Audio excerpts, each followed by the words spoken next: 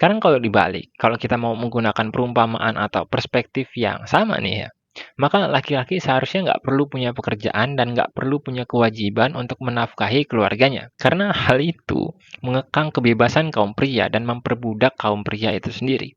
Tapi faktanya, dunia nggak bisa berjalan kayak gitu. Karena laki-laki yang kayak gitu justru dipandang oleh perempuan sebagai seorang laki-laki yang rendah dan nggak bernilai. Entah disebut sebagai laki-laki mokondo, atau laki-laki nggak bermodal, dan beragam jenis sebutan lain yang ditujukan untuk menjatuhkan kaum pria. Kalau memang kayak gitu, lantas perempuan yang nggak mau mengerjakan tugas dan tanggung jawabnya dalam rumah tangga, pantasnya disebut apa? Mau McDo? Mau Ketdo?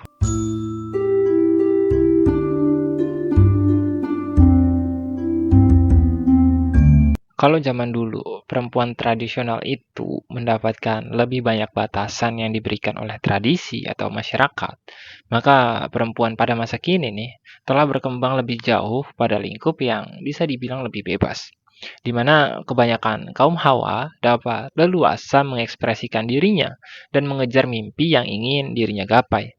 Hal itu bisa kita lihat dari sektor pendidikan yang bisa dengan mudah ditempuh, serta beragam jenis karir yang dapat ditempati oleh perempuan. Intinya, ada perubahan yang bisa dibilang sangat positif dan signifikan dalam konteks kesetaraan hak yang dimiliki antara pria dan wanita. Tapi, lambat laun nih ya, seiring dengan perkembangan dari feminisme itu sendiri, entah kenapa pergerakan tersebut justru semakin menjerumus pada lingkup yang terkesan kebablasan. Hingga pergerakan yang sebelumnya memiliki nilai positif tersebut justru semakin dipertanyakan perihal value yang terkandung di dalamnya.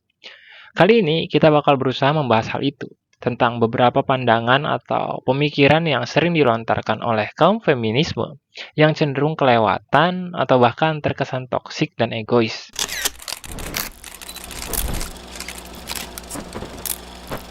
Entah kenapa, pergerakan kesetaraan gender yang sebelumnya berfokus pada hak-hak yang sepatutnya dimiliki oleh perempuan, justru melebar pada ranah persaingan yang dilontarkan pada kaum pria, di mana kaum Hawa kerap kali beranggapan bahwa diri mereka itu jauh lebih baik daripada laki-laki dan dapat bebas melakukan apapun tanpa bantuan dari kaum pria.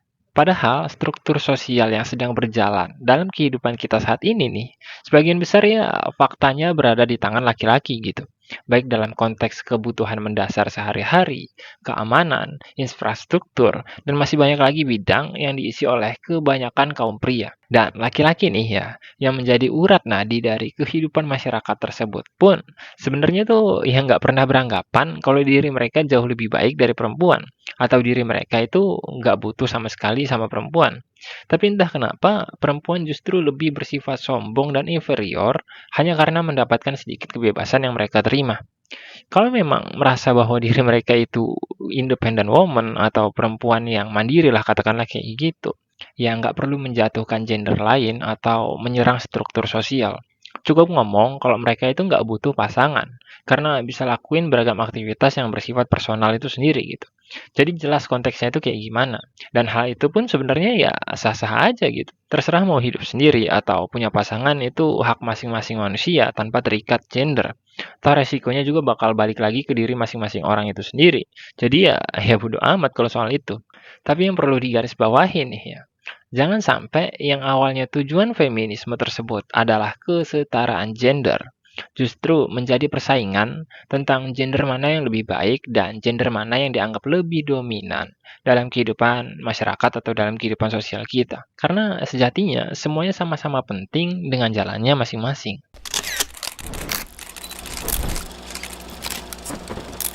Seperti yang kita tahu, kalau salah satu pergerakan yang juga diperjuangkan oleh feminisme adalah perlawanan terhadap budaya patriarki, di mana seorang perempuan dianggap tidak sepatutnya terpenjara dalam beragam jenis tugas rumahan, seperti memasak, nyuci piring, nyuci baju, dan lain-lain.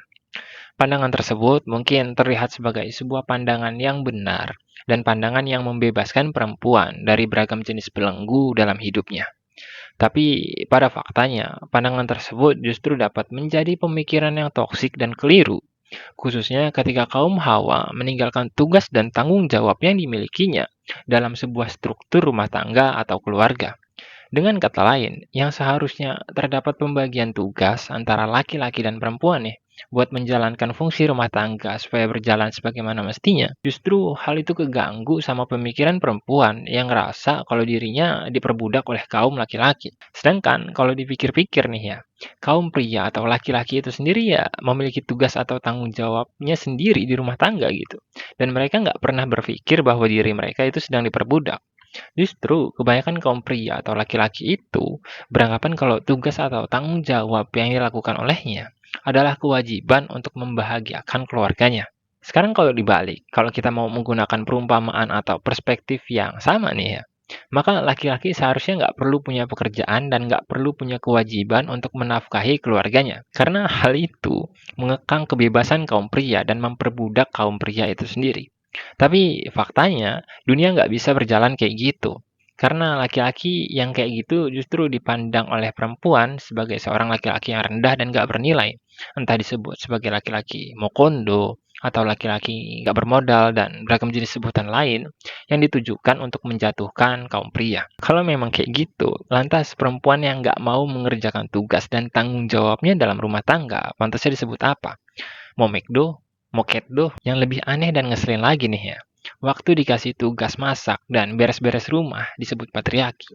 Tapi giliran dikasih tugas yang biasanya dilakukan oleh kaum pria atau laki-laki, kayak benerin atap bocor atau nebang pohon, kebanyakan dari mereka juga tetap nolak atau tetap nggak mau gitu. Jadi seolah mereka cuma mau berlindung di balik kata patriarki untuk membenarkan rasa malas dan sisi egois yang mereka miliki. Padahal, kalau kita lihat perempuan tradisional di era-era sebelumnya, justru hal kayak gitu yang membuat seorang wanita itu bisa dipandang sebagai manusia yang sangat bernilai, baik dengan pintar masak, rajin beres-beres, dan beragam jenis aktivitas lain, yang menjadikan perempuan tersebut sebagai primadona dan dibicarakan sisi positifnya oleh banyak orang. Sekarang, dengan kebanyakan perempuan menolak semua tugas tersebut, maka sama aja mereka membuang jauh-jauh kemungkinan akan nilai yang bisa mereka punya. Jadi, apa yang tersisa dalam diri seorang perempuan? Nilai seperti apa yang membedakan satu perempuan dengan perempuan lainnya? Pada dasarnya, inti utama yang harus dibicarakan ulang adalah pembagian tugas yang seharusnya dijalankan itu kayak gimana. Bukan justru menolak atau menghilangkan salah satu tugas yang bisa mengganggu struktur rumah tangga itu sendiri. Kalau memang seorang perempuan ngerasa keberatan dengan tugas yang dimilikinya nih ya, ya tinggal ngomong baik-baik ke suaminya dengan meminta bantuan atau pembagian tugas ulang.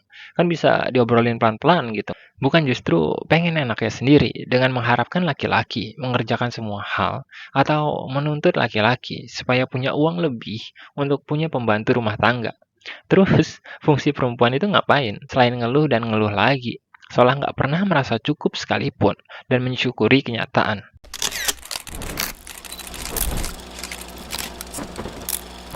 Seperti yang telah kita bahas sebelumnya, kalau pada faktanya, kehidupan manusia udah berkembang sangat signifikan, khususnya dalam konteks kesetaraan gender dan emansipasi perempuan. Tapi entah kenapa perempuan seolah nggak pernah puas dengan hal itu gitu, dan masih merasa menjadi yang paling tersakiti, atau menjadi korban dari dominasi laki-laki yang sebenarnya ya nggak pengen mendominasi gitu. Laki-laki itu kalau disuruh milih, pastinya lebih milih mancing, melihara burung, main futsal, atau aktivitas apapun yang bisa buat dirinya senang atau bahagia, dibanding harus kerja banting tulang buat gaji yang ujung-ujungnya ya dikontrol sama istri lagi gitu. Tapi karena laki-laki sadar bahwa dirinya punya kewajiban, dirinya punya tanggung jawab, jadi mereka harus memenuhi hal tersebut. Hanya karena pengen lihat keluarganya bahagia. Kebanyakan kaum pria rela mengorbankan kebahagiaan personal miliknya demi kebahagiaan yang lebih besar, yakni kebahagiaan keluarganya. Dan laki-laki juga sering diem di depan teras dibandingkan mengeluh kalau dirinya capek atau pusing dengan sebuah masalah. Karena mungkin dirinya tahu ya, bahkan sebelum dirinya ngeluh, pasti pasangannya atau istrinya udah ngeluh duluan. Entah kenapa, perempuan seolah selalu merasa jadi korban, dan laki-laki cuma bisa diam atau sabar ngadepin semua itu.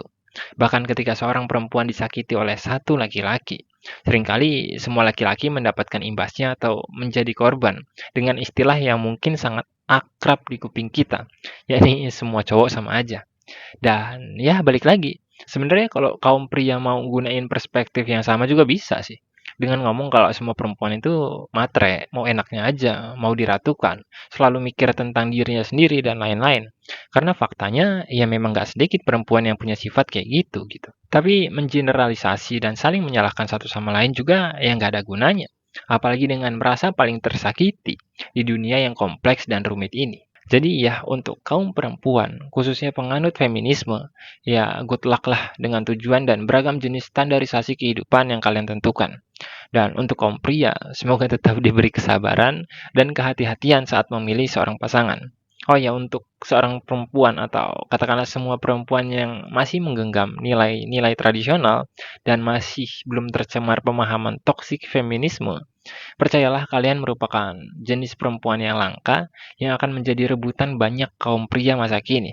Jadi, ya berbangga dirilah. Sekian Kausalitas yang Hening, sampai jumpa.